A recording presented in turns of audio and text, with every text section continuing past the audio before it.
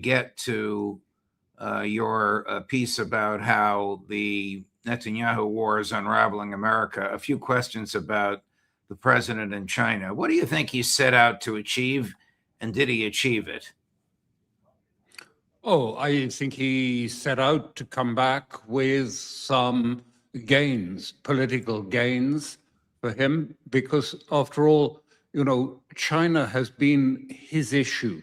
I mean, from the first round, if you like, from his first period in office, it was Steve Bannon's. It was, you recall it was very simple. He had a simple message for the American people. China is stealing our lunch and we want it back. And this has been the theme which he's been pursuing ever since, is China is the problem. China is either it's not consuming enough or it's exporting too much. And the only way we can deal with it is by coercing it into different behavior, which will allow us to revive our manufacturing base. So I think he wanted to come back. First of all, of course, the most pressing thing for him and most immediate is he wanted to come back with some support for his policy on Hormuz, the Straits of Hormuz, and on Iran. And he didn't get that. He was very keen to get that. And he wanted to come back with lots of promises of purchasing aircraft and indeed purchasing foodstuffs. Perhaps there will be some if soybeans bought, but mostly China's buying them now from Brazil. It's not clear. Even the aircraft, it seems it's not clear whether there will be a purchase or not, because China is about to become self-sufficient in wide-bodied commercial aircraft anyway, together with Russia. So they don't need to buy Boeings, except perhaps in the interim during the sort of, if you like, the transition period. So I don't think he came back with anything. He came back with something worse because, as I say, China has been the centerpiece, I believe, of his policy from the first period in office. And what he came back with was the domination, the very clear domination of Xi, who said very clearly, America is a declining nation, and treated it in that way. Yes, he was polite, he was courteous, he gave Trump a tour of places that are not normally open, but it was tourism, basically. And all that phalanx of oligarchs that accompanied Trump, why were they there? Did they achieve anything? It's not very apparent that they did. So no, it didn't come back as a great success. And that's very important because, I mean, as I say, China has been his defining policy during these two eras.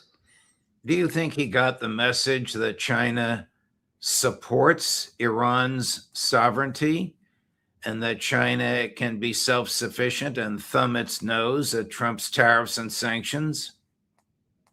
I think so, yes, because China has made that very obvious. It's now twice initiated that special law, which prohibits, in specific occasions, Chinese from cooperating with American sanctions. It's the first time it's happened. It happened in the context of Iranian refiners who are buying oil from Iran. They were sanctioned by Besant, the Treasury Secretary, and China immediately implemented the law, which says that if any Chinese, either at home or abroad, cooperates with these sanctions, they are in breach of Chinese law and will be treated accordingly.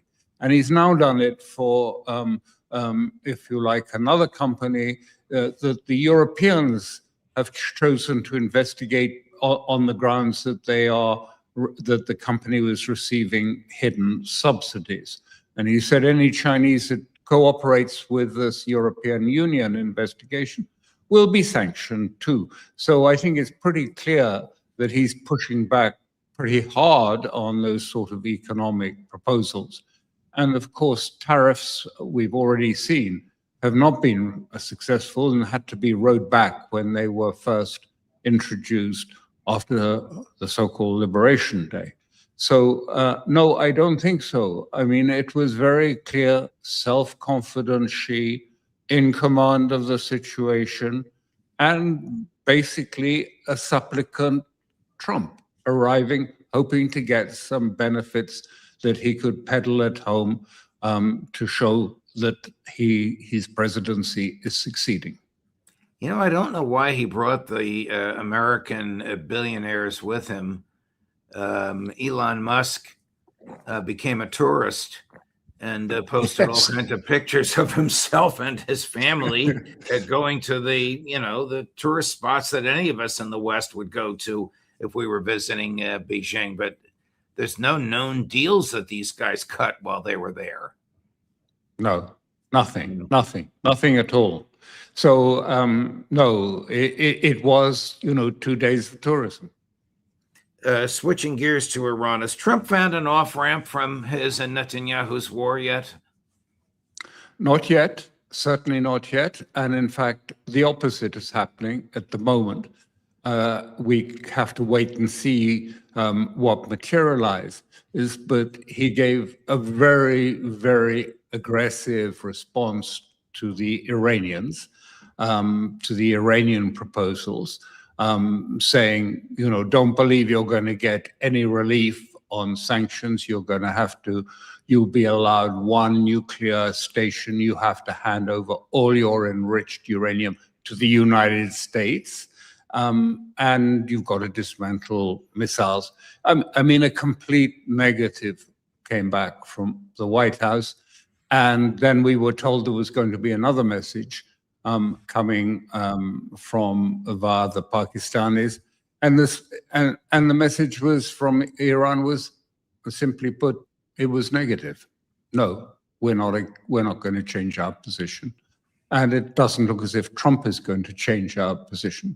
So, a very senior Russian diplomat, Ulyanov, has said very clearly, I know when the next round of this war is starting. I know that, and it is imminent. It could happen in the next hours or the next days. It's coming. And that's the position in Iran. If you ask the Iranians, they are anticipating war any moment. They're preparing for it. Iran is just simply waiting for the war. That's what they're doing. They're not thinking about negotiations or anything. They are absolutely convinced the war is about to restart, and that is at the center of attention at the moment. Has the United States lost its international standing as the unipolar hegemon, or as we say in the Bronx, as the king of the hill? It's lost it over the years. It hasn't been, it's, like Hemingway and his description of bankruptcy. It goes slowly, slowly, slowly, and then very fast. And I think we're entering into, if you like, one of those hinge movements when its standing is declining very, very fast. And more faster than people realize, because I've tried to explain that really since the 7th of October, Israel introduced this new security doctrine, permanent security. It is 180 degrees away from Ben-Gurion's strategy, which was of a small professional army acting within Israel's borders, and that war was only an adjunct to finding political solutions, not an end to itself. Now they've gone to another one, prompted by the sense that what happened on the 7th of October by Hamas in Gaza was another Holocaust. It wasn't, but that's how they are looking at it. and they are looking at the Holocaust of Germany as not something that happened necessarily just in the past, but something always on the threshold. It could happen, it could explode at any moment. And from this, they have derived this doctrine that there will be another Holocaust if we do not meet every threat with absolute full force and to destroy these threats at the root. What does at the root mean?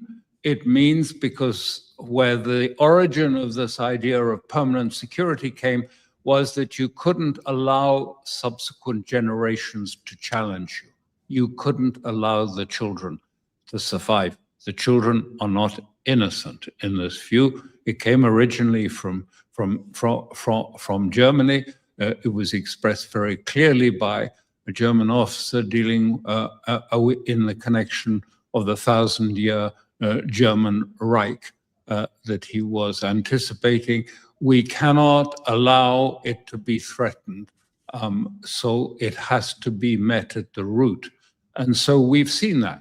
And that was a secular doctrine, if you like, that came out of the 7th of October, which was adopted by the military. We've seen the effects in Gaza, we're seeing them in Lebanon, we've seen them in Syria. All of this is complete destruction of your enemies, full force, and destroy the enemies at the root so they can never emerge again. And this has been allied. This was attractive to some of the military in Israel because they wanted to see Israel's borders expand to the greater Israel. They wanted that. They now realize this was a mistake because they haven't got enough soldiers to cope with that. Recently, the head of General Staff said we'd need 6 or 7 more IDFs to the one we already have to cope with this.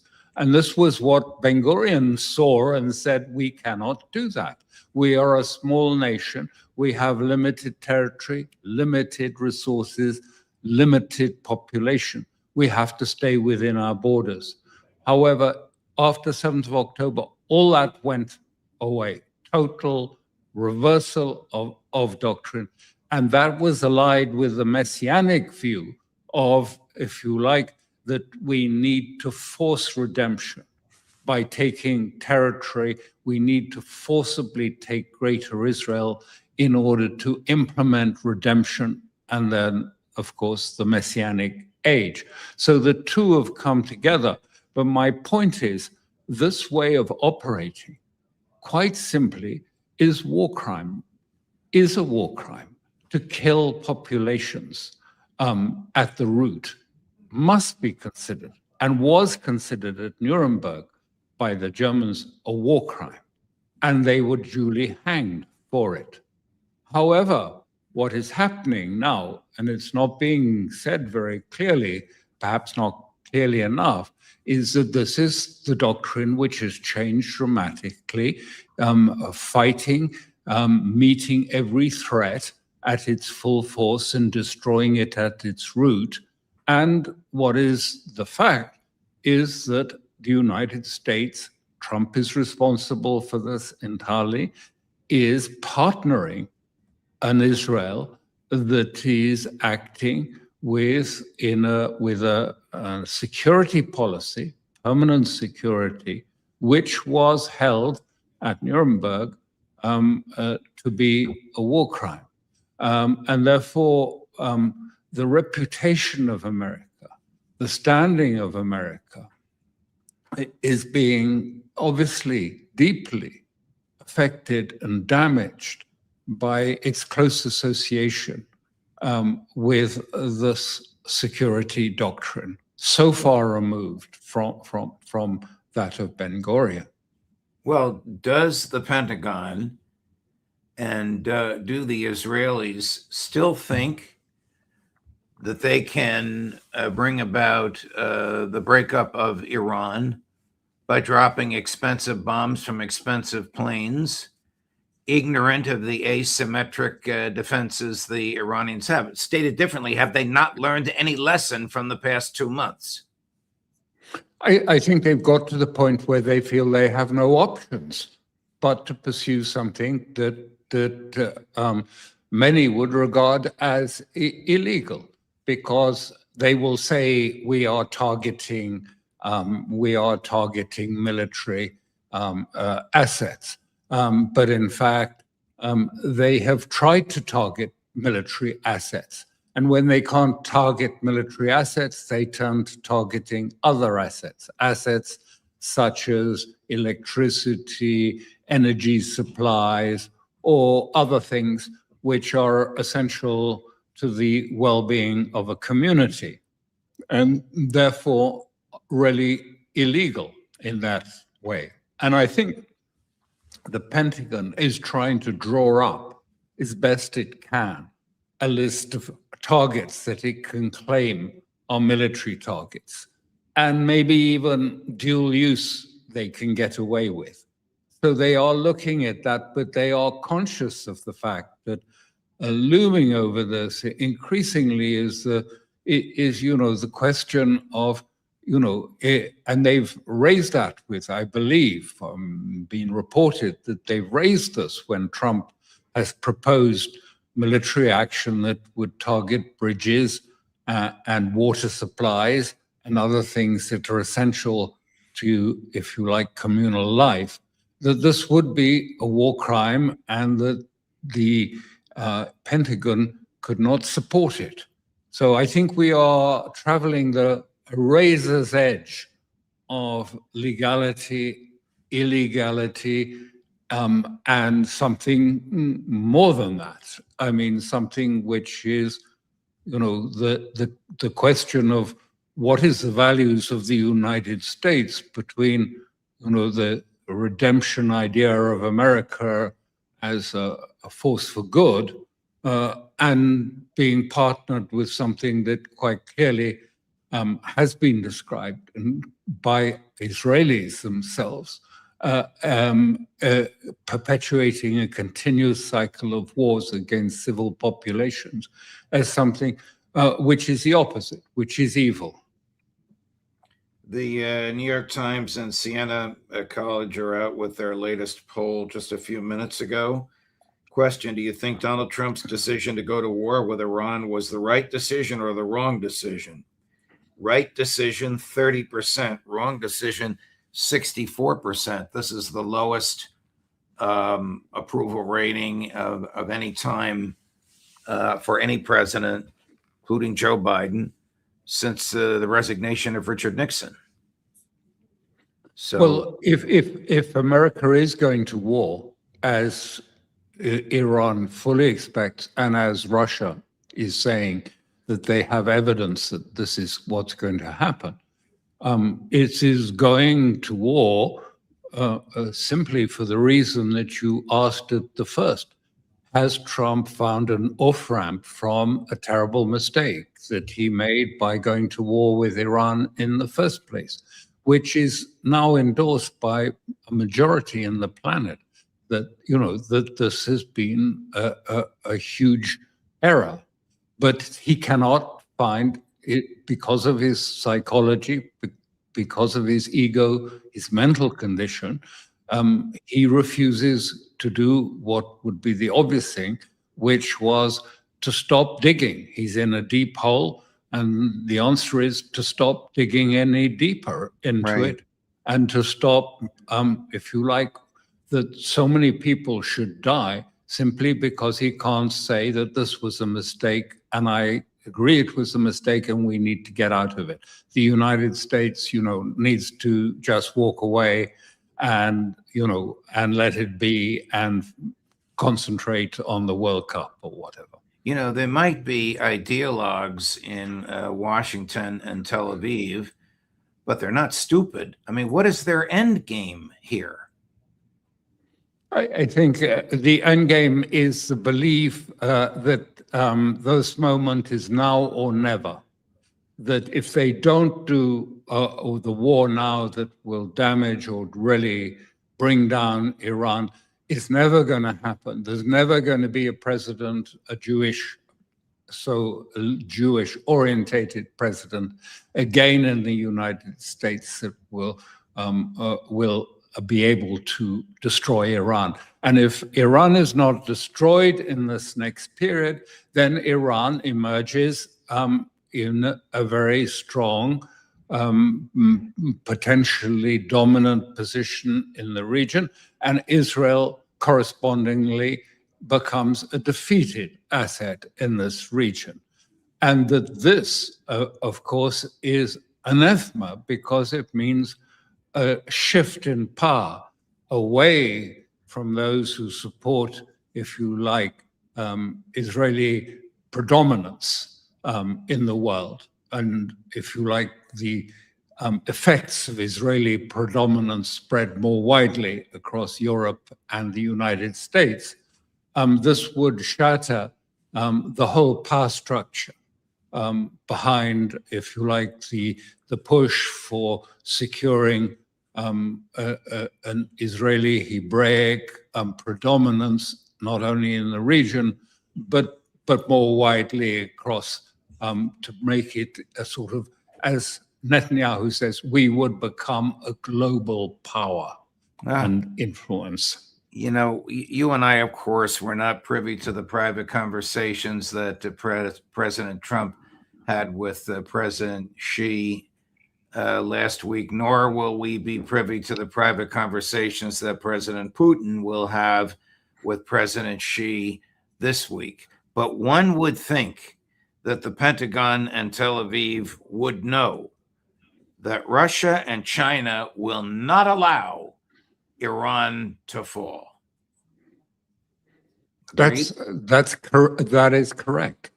But at the same time, it's seen to be too humiliating to simply accept that Iran has broken free from the fetters and the bonds that have held it for 74 years or 47 years in this, if you like, cage of sanctions and tariffs and UN resolutions and IEA inspections, and that it is going to reassert its sovereignty. And that is something Russia and China strongly have supported, the fact that Iran is fighting for its sovereignty. And they endorse that, and they will not allow that sovereignty to be crushed in the political interests of one man, and Netanyahu, of course. Wow. Alastair, thank you very much, my dear friend. Terrific analysis, as always. All the best. We'll look forward to seeing you next week. Thank you very much.